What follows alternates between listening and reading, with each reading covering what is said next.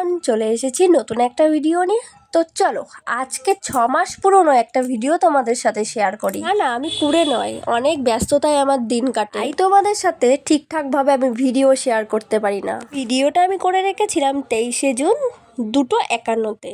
এটা আমি রাত বলবো না সকাল বলবো সেটা কিন্তু তোমরা কমেন্ট বক্সে কমেন্ট করে জানাও। হক করে আমি এত সকালে রান্নাঘরে আসি। দিনটা ছিল নিজের কাছে নিজেকে পরীক্ষা নেওয়ার দিন। আমার শাশুড়ি মা এবং মাসি শাশুড়ি এসেছিলেন, কিন্তু আমার শ্বশুর মশাই আসেনি। তাই আমি ভেবেছিলাম বাবার জন্য আমি একটু পায়েস করে পাঠাবো। ভিডিওর মাঝখানে তোমাদের সাথে একটু শেয়ার করছিলাম বাইরের পরিবেশটা। আমি যতই চোরের মতন চুরি করে ভিডিও করি না কেন, আমার মাসি শাশুড়ি দেখো উঠে গেছে। তারপর দুজনে একটু গল্প করতে লাগলাম। গল্প করতে করতে দেখো আমার পায়েস কিন্তু অলমোস্ট হয়েই গেছে। নতুন করে তোমাদের সাথে আর পায়েসের রেসিপি কি শেয়ার করব? হ্যাঁ বাবা, আমি জানি তোমরা সবাই পায়েস রান্না করতে পারো, তাই আজকে তোমাদের সাথে পায়েসের রেসিপি শেয়ার করলাম না।